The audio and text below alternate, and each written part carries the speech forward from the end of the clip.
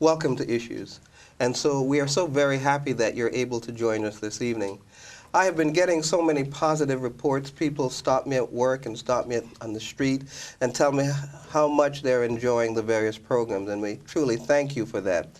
You will see our website address on the screen, and you can feel free to write in and make suggestions about various programs or give comments on various programs that you've seen. As you know, we take the newsmakers in Bermuda and we put them on here so they can share what's been happening and share how they're making Bermuda a better place. This evening we are delighted, we are ecstatic to share the story with you.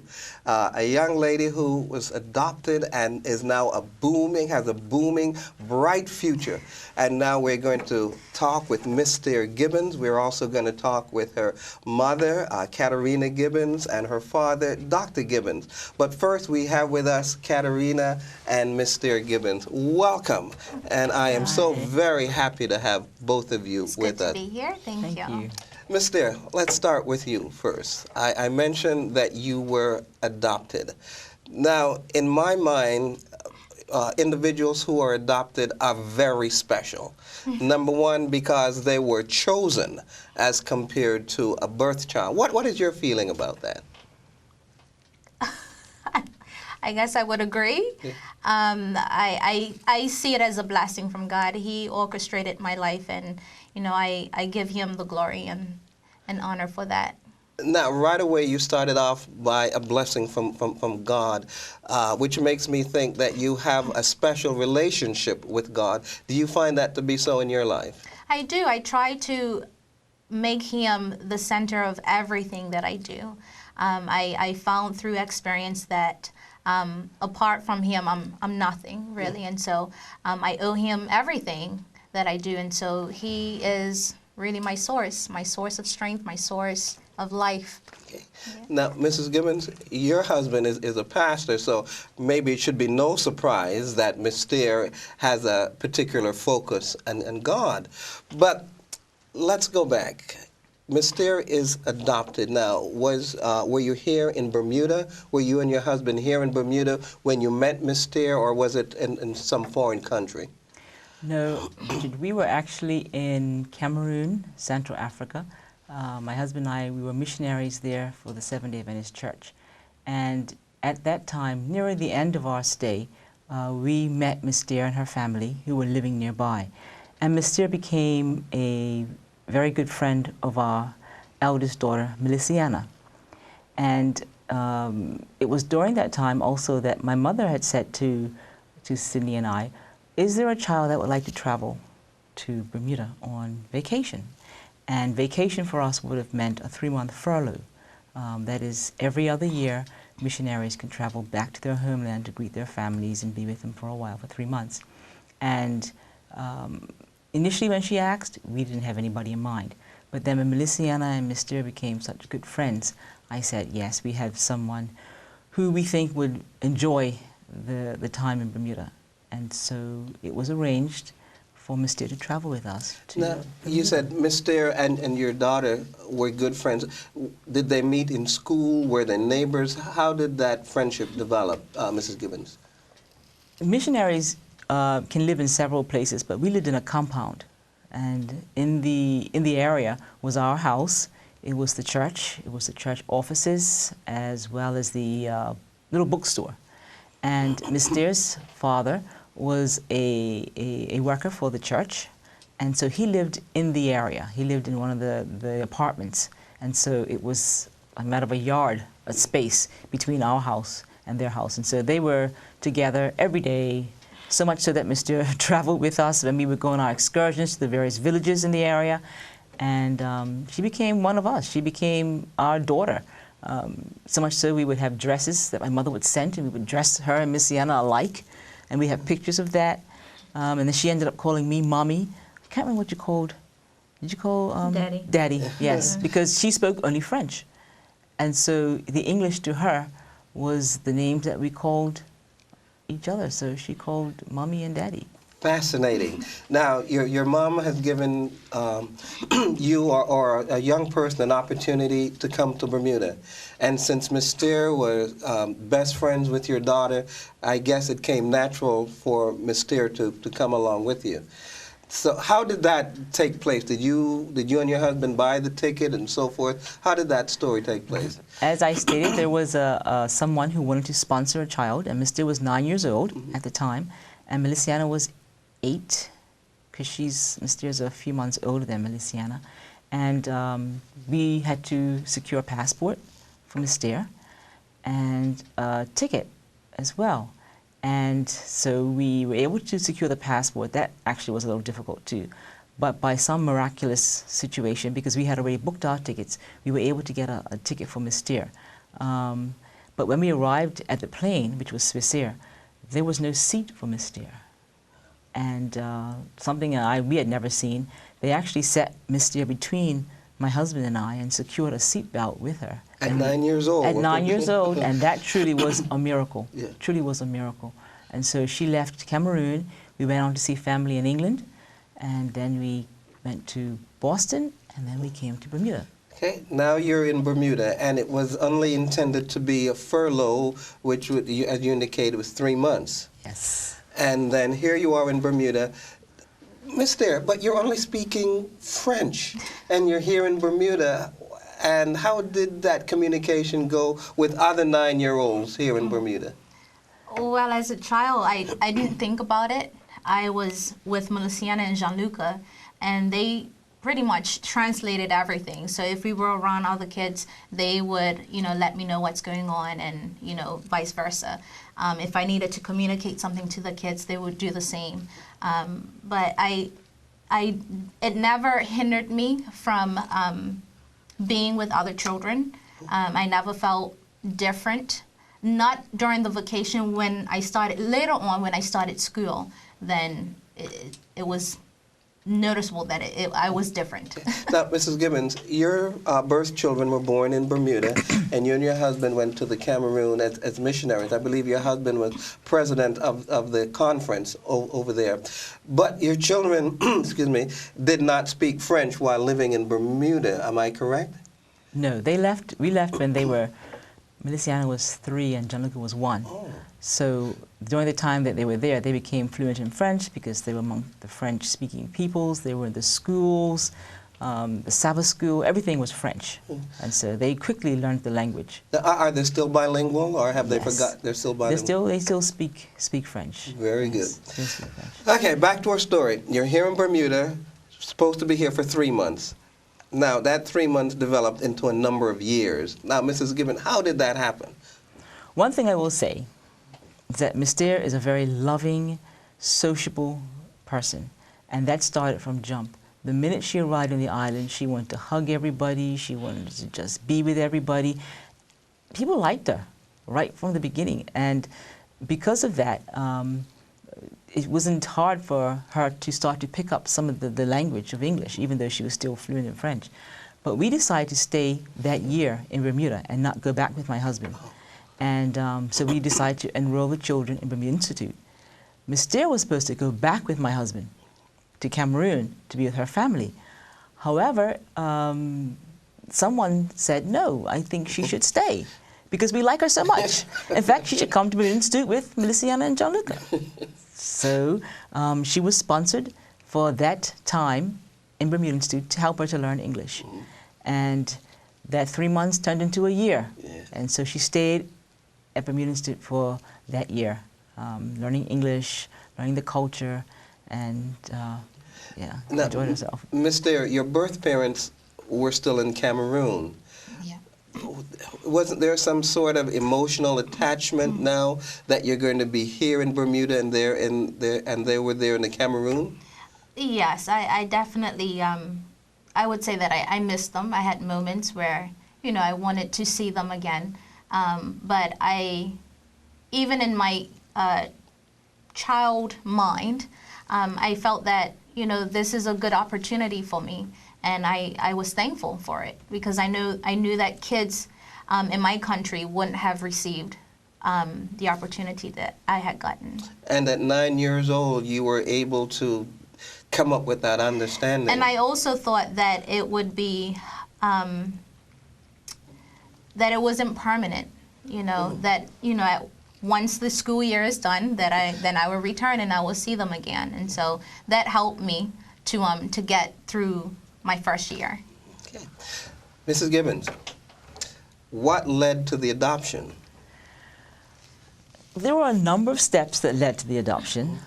We eventually went back to Cameroon, and then we were on our way to Andrews to further education. Andrews University, that Mrs. Gibbons refers to, is a Seventh-day Adventist institution of higher learning in Michigan, Bering Spring, Michigan. Yes. Yes, and we wanted to now have Mystere stay with us. However, the authorities had made it clear that in order for her to travel with us to America, she would have to be a permanent part of the family. And so during that time, she was able to stay with her family, the Allers family, for a year, while we worked on those particulars of adoption.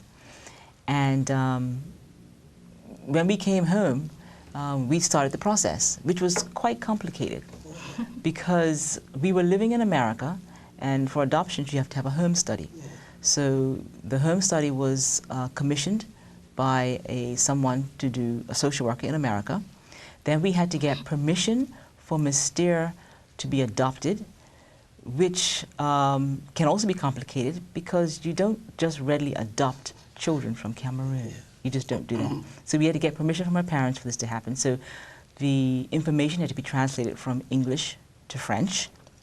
And then we had to make application in Bermuda's family court for that. So there are actually 3 countries that were being utilized to make this adoption in. But more than anything, when we were in America, we all just missed Mystere so much. You know, the children just wanted to have Mystere, just needed to have Mystere part of the family. And how we say it is that she was a missing part of our family that we didn't know was partly missing. We didn't know that it was there. You know, she was supposed to be. And so we did everything we could to follow it through. And another miracle, purely a miracle. The adoption was put forward in, I think, September and December. Was it December? Yeah. Yes, December 20th, 1999. She became one of ours. And it normally takes much more than that for adoption to take place in Bermuda. But God worked it out, and we were happy. So when we left in January, she went with us to Andrews University. Very good. We have been talking with Mystere and Katherina Gibbons. We have just started to touch the very beginning of how Mystere became adopted. We're going to be right back, and when we come back, we will be talking with her dad, Dr. Sidney Gibbons. So we will be right back.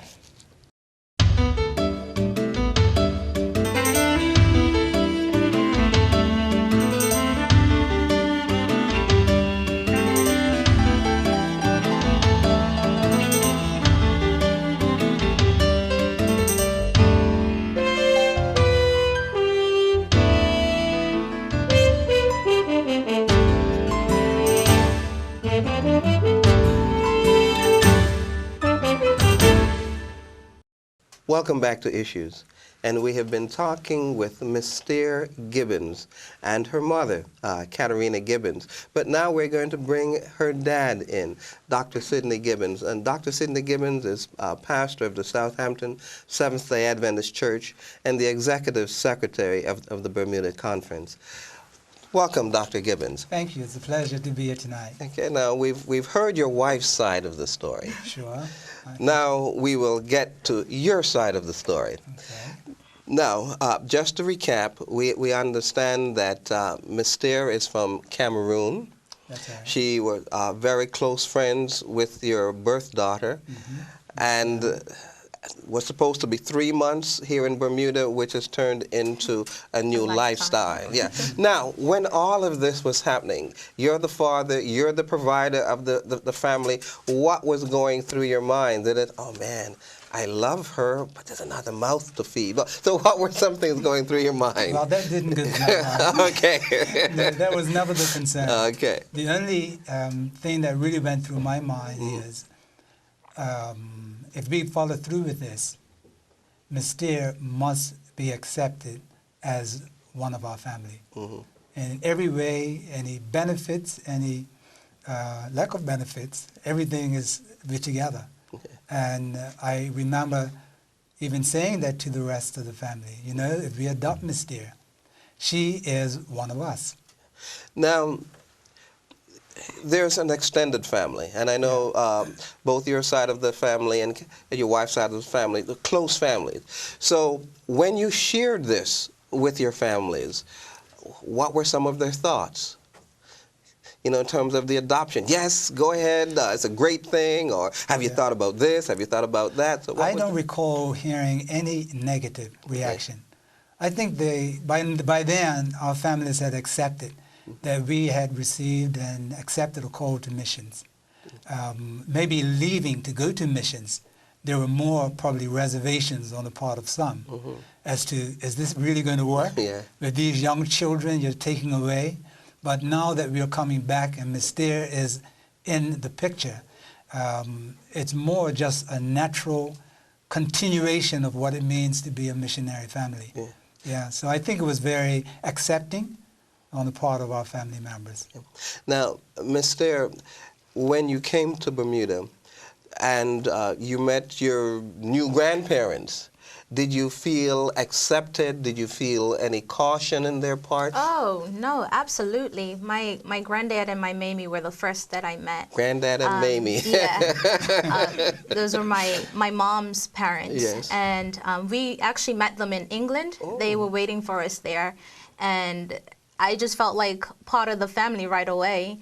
I never had a chance to grow up with a grandfather. And so my granddad played a very important role in that, and he made an impact on me as a grandfather. And my grandmother, she was just the funniest, silliest person ever, and my sister and I just loved to play with her and just have fun with her. So I felt like a part of the family right away.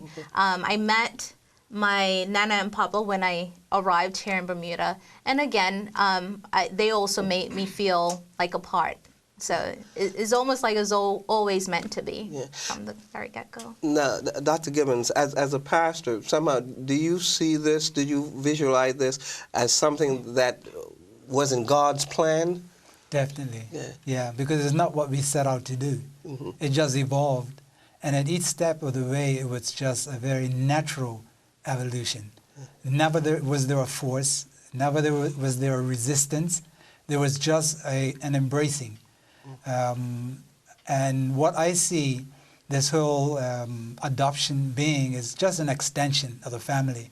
I don't see it as taking Mystere away from her family, and neither did their immediate family see it that way. We were just embraced as a part of the extended family. You know, we think of Africa and the community life of Africa and the village life. There is that connectivity, and we just happen to connect. Very good.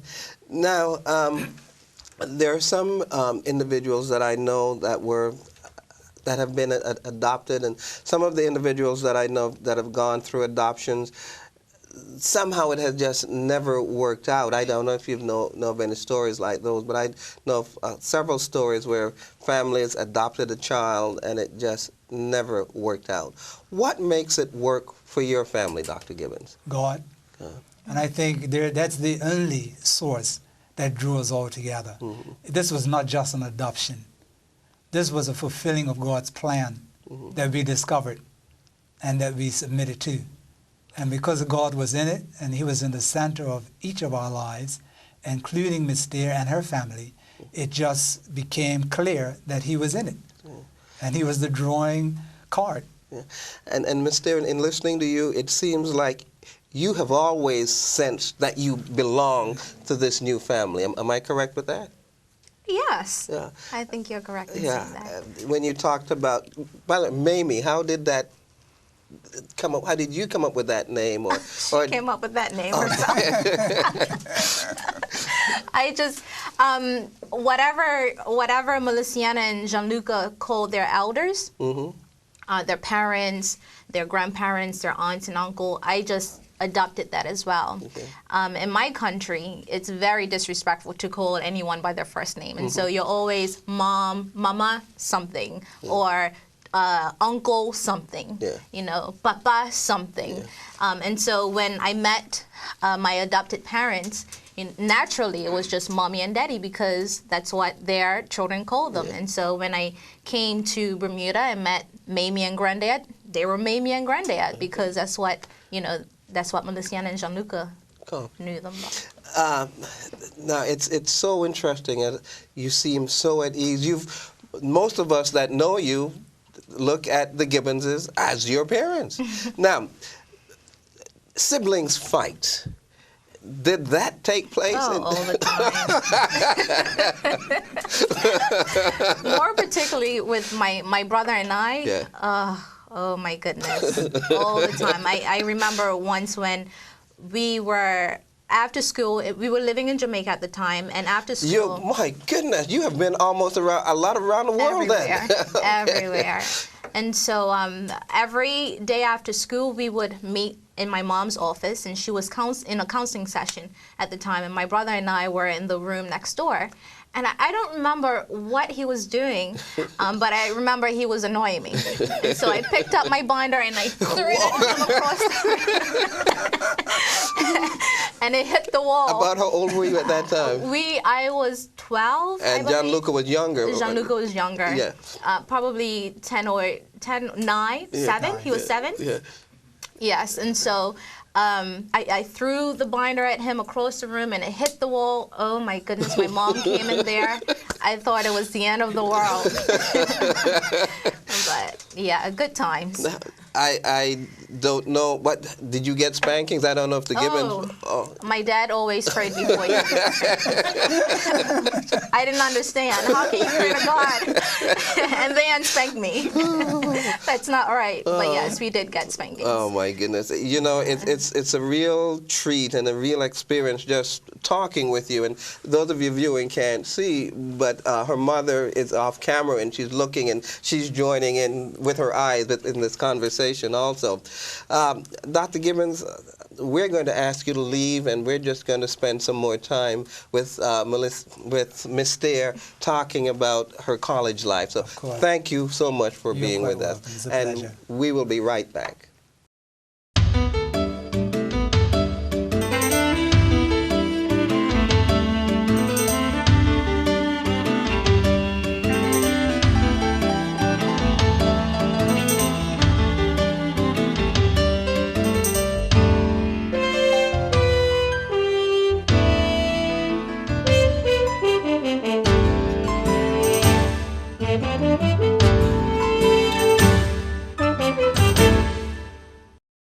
We have been talking with Mystere Gibbons and Pastor Gibbons and his wife Katherina Gibbons.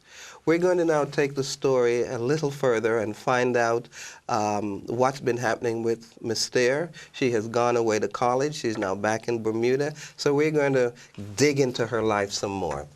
Mystere, you graduated from Bermuda Institute. Okay. Yeah. By the way, I knew Mystere when she was at Bermuda Institute, and from what I've seen of Mystere, she is destined for success.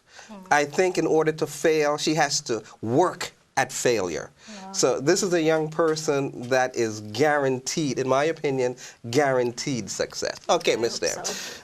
Now, you graduate from Bermuda Institute. Where did you go to college?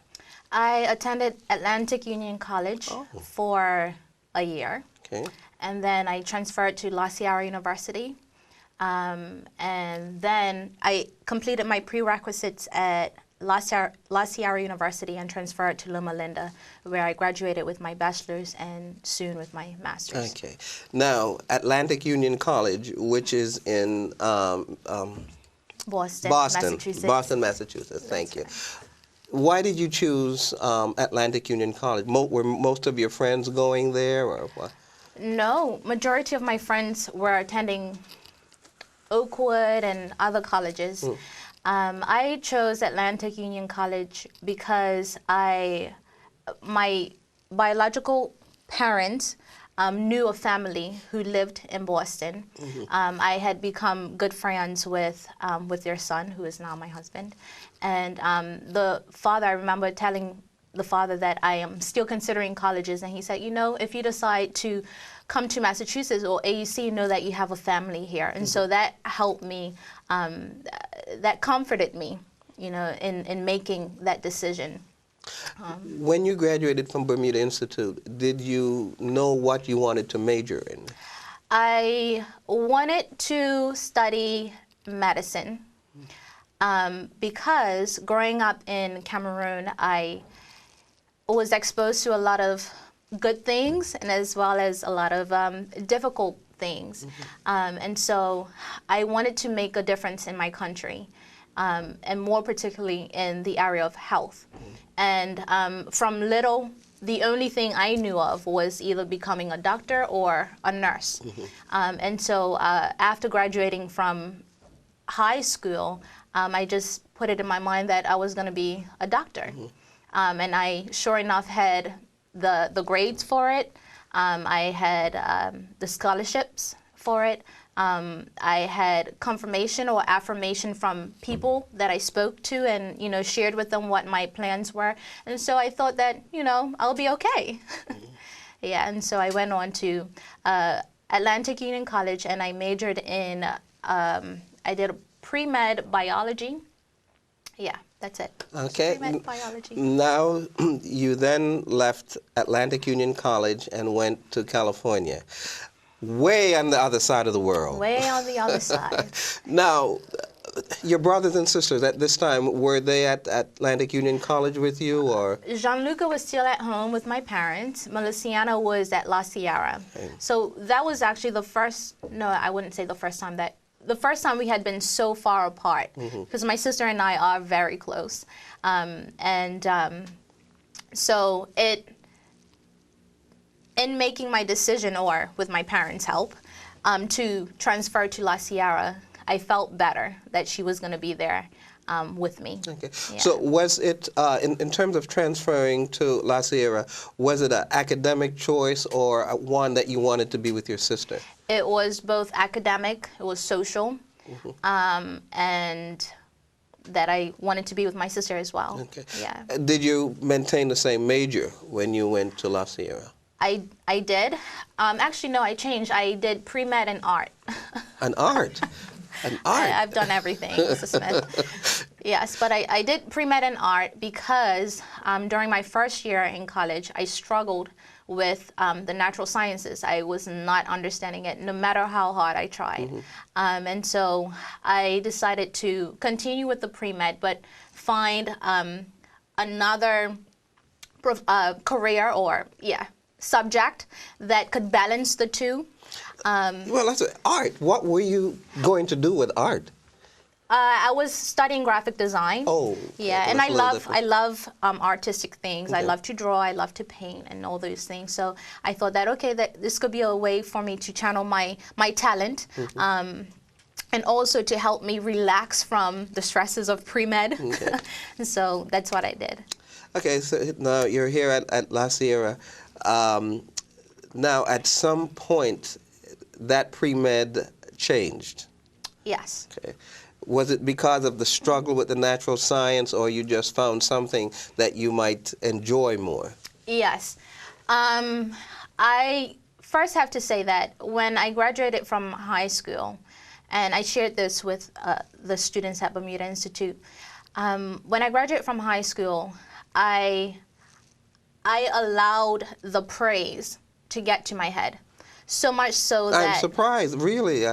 I know you're a young person, but you seem to have so much together. Yeah.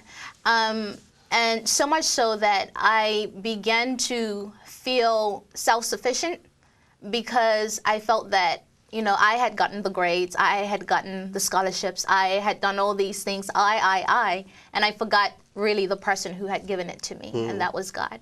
And so I wasn't spending as much time with him because I felt that, okay, if I'm going to achieve and become this doctor, I need to put time in studying and doing those things rather than with God. not to say that I didn't attend church, I did, but I didn't have a connection. You know, it's one thing to be religious, but it's another thing to actually have a relationship. And I didn't have that in the first couple of years of my studies in college. And so Now, I don't visualize you, Mystere, being the child of a pastor, going out and partying. Oh, I was not partying. Yeah, but you still say, her parents are laughing off the camera, but you still said you did not feel that connection with God. I didn't. When I grew up in a Christian home, both in my biological family and in my adopted family, my parents raised me in a way where we would wake up in the morning, have our own personal devotion. We would have family devotions both in the morning and in the evening. And we were involved in the church activities. We were ushering, we were in the choir, we were youth leaders, we were very involved. I took it a step further where I used to even write letters to God. And I did that throughout my high school years. Anything that was going on, I shared it with God. You know, if I was upset about something, if I was happy about something, if I liked somebody, whatever it was, I shared it with God. When I got to college, that happened less and less. Mm-hmm. And I believe that that's where I, in a way, strayed away from Him, because I didn't feel that connection that we used to have while in high school. And that was all because of me, because I didn't want to spend time. I felt like, you know, I'm going to achieve this goal that I told everybody I'm going to achieve. Mm-hmm. I'm going to become this doctor. And I felt like my becoming a doctor would fit this story I had created in my mind about this little girl, you know, from Africa who comes to Bermuda and overcomes all of these circumstances, becomes a doctor, and goes back to her country. And I would think, Mystere, that picture was confirmed by people around you, because, as I said, when I knew you in high school, success, all I saw was success. So people around you might have been helping you to maintain or create this image that you had. And I believe that had I not taken things into my own control, that God probably would have seen me through that. Mm-hmm. But because I was trying to do it by myself, and I was trying to sit on the throne rather than let God guide and lead me, it didn't happen, because I'm reminded of the verse, I'm not sure where it's found, where He says that I am the vine and you are the branches. And when I think about that, I think, okay, branches cannot survive without a vine. The vine can do well because it's rooted, you know, it's getting its nutrients from the ground and everything. But once you detach that branch, it dies, you know. And so I felt like I am being detached. I was detached. And so I was withering, trying to survive on my own when I didn't have my life support, and which was my vine in God. So. My question 10 minutes ago was switching from pre-med. Yeah. And now the switch came because you weren't doing well in the sciences? I wasn't understanding it. Okay. I tried it for 2 years. At the end of my second year in college, I remember calling my parents, as many times before, crying and upset, and I can't do it. I don't understand. I'm going to tutoring, and you know, I'm attending all these study sessions, but nothing is changing. I just don't get it. I don't get it. And so, you know, they encouraged me, and they try to persuade me or help me to see that there are other professions in the health field. I remember my mom saying, okay, why don't you try nursing? And I'm like, Mommy, that's the same thing. I'm like, I'm not going to get it. And so we decided that at the end, when summer begins, that I would repeat those classes that I failed during the school year. Mystere, fail with an F? Yes. Oh, that is Now, I know you told part of the story at Bermuda Institute. Could your friends believe that a Mystere Gibbons could get an F? Even I couldn't believe it, Mrs. Smith, but when I saw that GPA, spoke louder than words. Boy. Okay, continue. And so, well, I don't mind sharing it. My GPA actually, at the end of, I graduated from high school with a GPA of 3.6. I got to college, first year, GPA went down to a 2.7. And I remember calling my parents and saying, my dad, I'm like, please don't ask me, don't ask me. And he asked, and I'm like, well, it's a 2.7. Mystere! You know, but my second year, it dropped all the way to a 2.2. And so I knew that something had to change. Something had to change. And that's really when I started to cry out to God.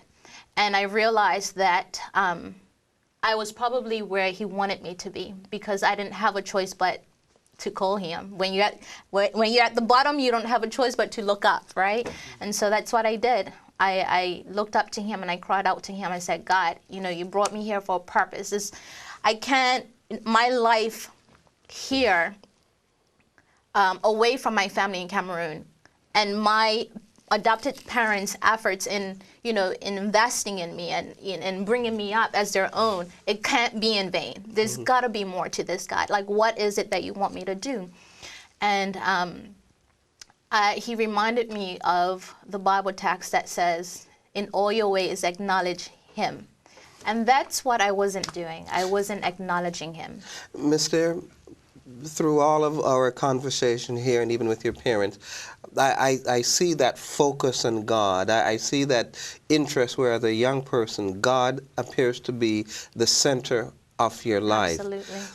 Let me ask you, what hedged you or what protected you from wanting to see what is life like going out and partying like many young people in college? What hedged you, what protected you from that type of life?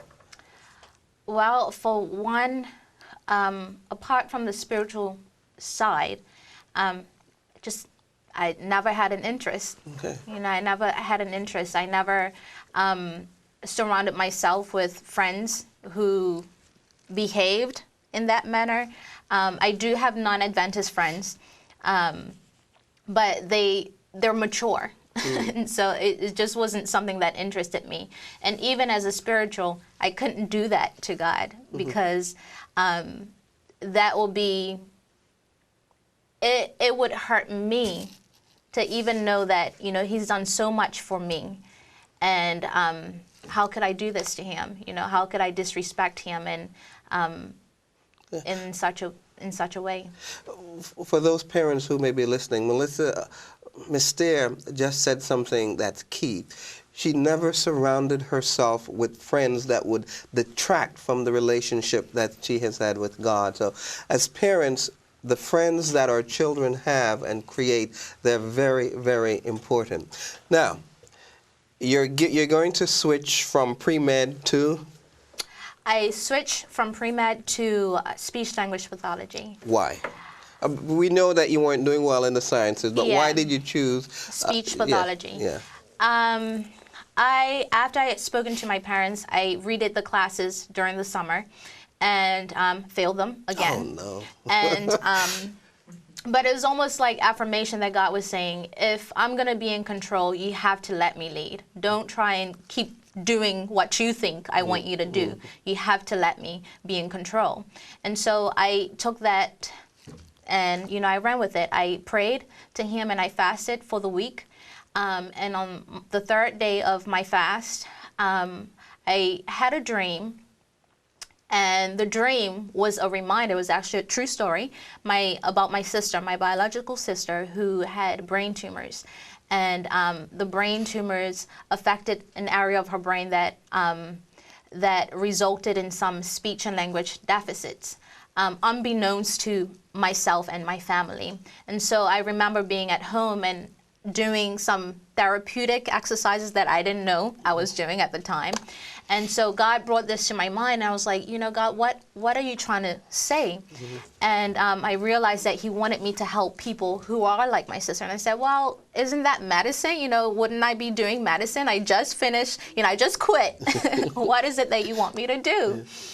And so, you know, I spoke to my parents about it, and they're like, okay, well, why don't you take advantage of, you know, counseling and career, take a career test at your counseling department. And I did that. And I needed the counseling too, because I was at a point where I felt very incompetent, very dumb, very embarrassed. I felt like a failure. No, what a fall. Here is Mystere graduating from Bermuda Institute, 3.6 GPA, the scholarship, the star, the person who just cannot fail. A few years later, here's Mystere at the bottom. 2 years later. Am I competent? Can I make it? Yeah, yeah. But I hear you saying that's where God led you so you could recognize that you needed to depend on him. Absolutely, absolutely. And so I did. And I took advantage of the counseling and the career testing, took the test, and how the test is measured is that they take into consideration your natural abilities as well as your intellectual abilities, so your academics and whatnot, your strengths. And they combine the two and give you a list of professions that you could be good at. And the first thing on the list was speech-language pathology. Never heard of it before. And so I got on the phone with them, and I started talking with my parents. And actually, prior to this, my sister was telling me, oh, you know, she's working with a speech-language pathologist who is a friend of ours, a sister who attends our church as well. And she was shadowing her, and she was telling me a little bit about it. So I started researching. Melissa. Yeah, no, she's also a speech and language. No, she's doing medicine in Grenada. And so I researched speech-language pathology, and I was like, these people they would work, you know, with people who are similar, who have symptoms like my sister, my biological sister, you know, people who have speech and language difficulties. And I was like, okay, maybe God is trying to say something. So I told my parents, they're like, you should take another test. So I took a second test, and the first thing on the list, again, was speech-language pathology. And so I did it.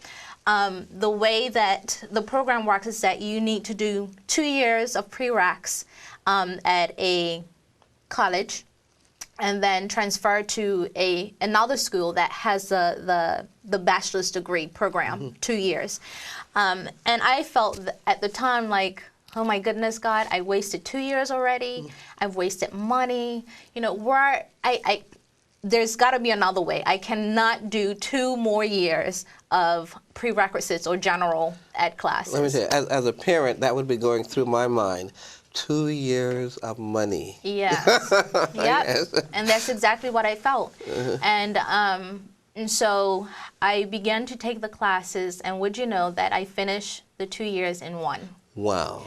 That's God, because he was in control. It's almost like he was saying, what you attempted to do in those 2 years and failed at, yes, I can have you complete it in half of the time.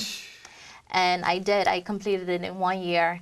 Mind you, my GPA now, it had come up, but not enough. My goal was to get into Loma Linda University.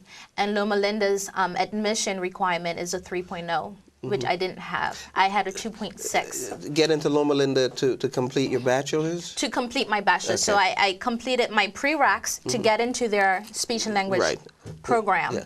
And their admission requirement was a 3.0. Yeah. At the time, I only had a 2.6. It's easier to bring your grades down, but it's a lot harder to bring them up. Yeah. And I learned that. and so God said to me, I came home, and you know, my parents knew about everything that was going on. They were praying, and they were very supportive. And you know, my mom and my dad encouraged me to act in faith. If you truly believe that God is in control, you need to act like he's in control and that he's got this. So I applied for scholarships. I hadn't gotten accepted. I applied to Loma Linda nevertheless. And I received the scholarship first before even getting an acceptance letter from Loma Linda. So I received the scholarship from the Bermuda hospital, and I thought to myself, oh my goodness, thank you. My mom was there. I was in tears. I was like, thank you, God. Thank you. You are so faithful. But I have nowhere to go. Thank you for the money, but now where do I go? Where do I go?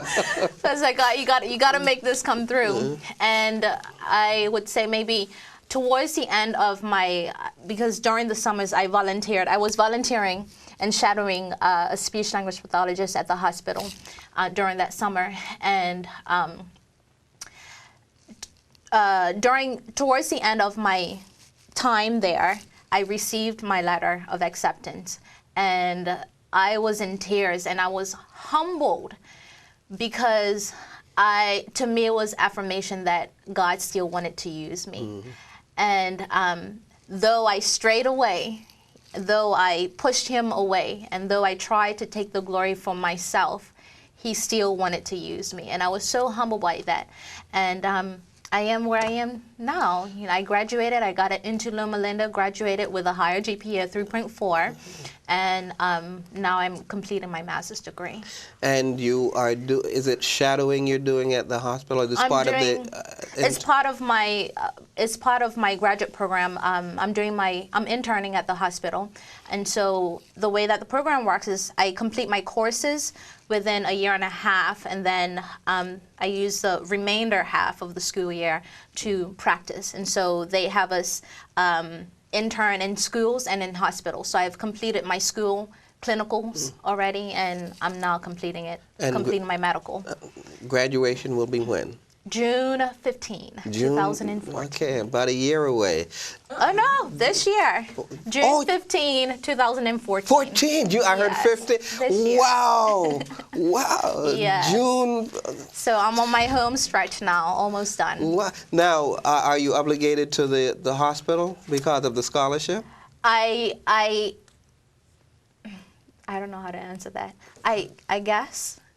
Yes, I am obligated to return. However, I have the option of paying back. Yes, that's true. That's true. Yeah. Individuals who receive scholarship from the hospital can come back, or they can repay the money. What do you want? Do you want to come back to Bermuda, or do you want? I would love to come back to Bermuda. Okay. I would love to come back to Bermuda, especially the hospital, because they have seen me through a lot.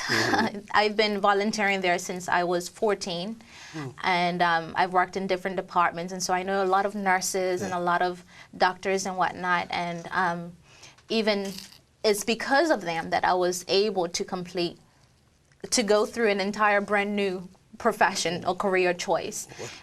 So without their help, I wouldn't be here. So I would love to come back, and we'll see. Now, another big event took place in your life. You've been married. Yes. Now, how did all that take place? Where did you meet this young man, and how did it all develop? I met. His name is Patrick Montero.